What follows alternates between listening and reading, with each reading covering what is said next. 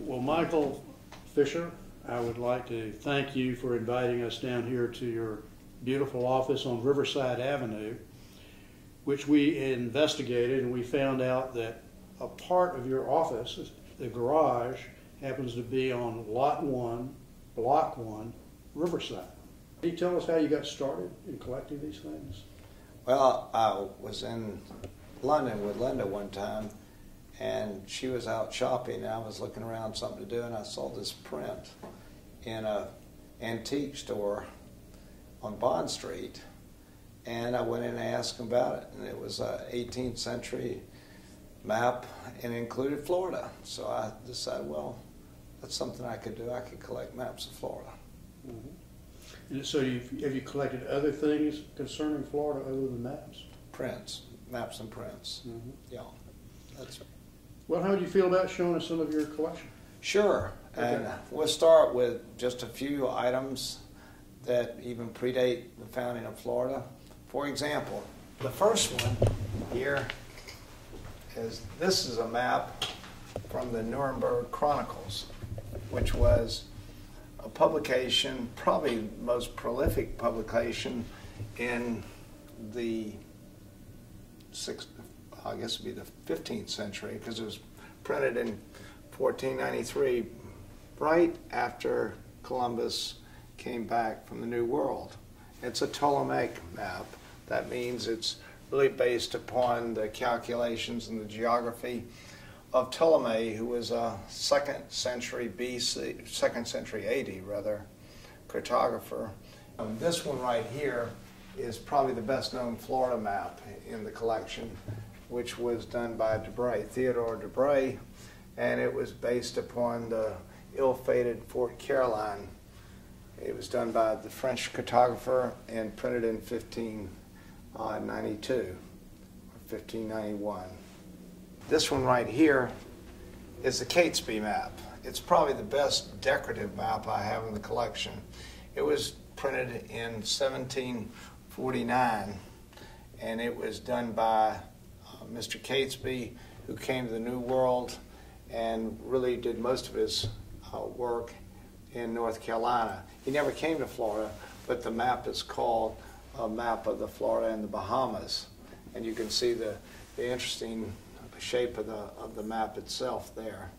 The interesting part about that, he not only did a collection of birds from the Americas and drew them, but he also did the publication, did the actual engravings that you see here.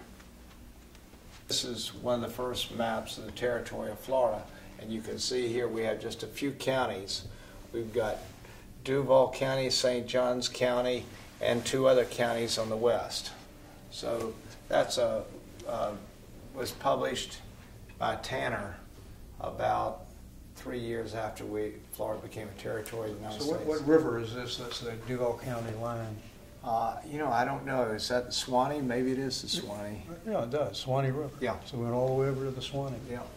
This map was when they had the big boom on barge canals, and you can see this shows where they were contemplating other canals in Florida, and it even has the topography of the canals and what they'd have to dig through to get to them, to make them where they would go from the Gulf to the Atlantic. So what year was this done? I think it's done about 1825. That's approximately right. And about how many maps and prints do you have? Over 300. Okay. Not all of them are shown in the office. Mm-hmm. Let me go show you a couple more things. As you probably know, Audubon came to Florida in the 1830s, and this is the green shank, which has in the background the fort at St. Augustine. And this bird, probably he never saw, but he thought he saw it, and he made the depiction of it right there with the background. It's the green shank, and there's never been one seen in Florida, that's my knowledge of it. We're talking about here is from the Havel edition. That was the first edition that Audubon published in England, and then they were produced and sold by subscription to wealthy Americans who bought the set. And the total price was supposedly $1,000 a set. And about what year was that? It was in the 1830s that he was selling them. This is also a Havel print, the Florida cormorant, which has a Key West, or not a Key West, but a Keys scene in the background. This is not a Havel edition. This is a Bean edition, which Linda gave me, of the Mockingbird. And you can see the rattlesnake there. And this was a very controversial print because people claimed that rattlesnakes did not climb in trees, but Audubon was proved right. There have been known to be rattlesnakes that climb trees, but it's probably my favorite print in the collection, certainly of the Audubons. This is a very interesting piece, I think. It's an Audubon, and when Audubon finished his engravings, his widow inherited them, but at some time they were almost all melted down. But a few of them were saved, and they were acquired by the Museum of Natural History in New York. And they used these plates, they cleaned them up, and they made this edition of several birds, I think about 5 birds. But this is the great white heron, which depicts Key West in the background. It was done in 1986. It was a print using the original engraving to make this print, which I bought about 10 years ago. This is a collection of the prints, the Lemoyne Prints, that were published by Theodore Debray in 1591. I showed you the map a few minutes ago. But these are 42 prints that depict how the life and the founding of Fort Caroline in, I guess it was, what, 1562 and 63, before it was taken over by the Spanish, or eliminated by the Spanish. Which was about what year? I think 1565. This print, these 2 prints here are very significant in the collection. This one was done in 1522 and is a copy of a Walsey-Müller map, which was done in 1513. Walsey-Müller is the one that first showed the Americas, the map of the Americas as a continent, and even showed South America. And it is so well known, and he had put in the name America on the South American continent, and that's where America became known by its current name, for Americus Vespucci. And of course, it was later he tried to change it to say, well, it really wasn't Americus Vespucci, it was more credited to Columbus, but the name stuck.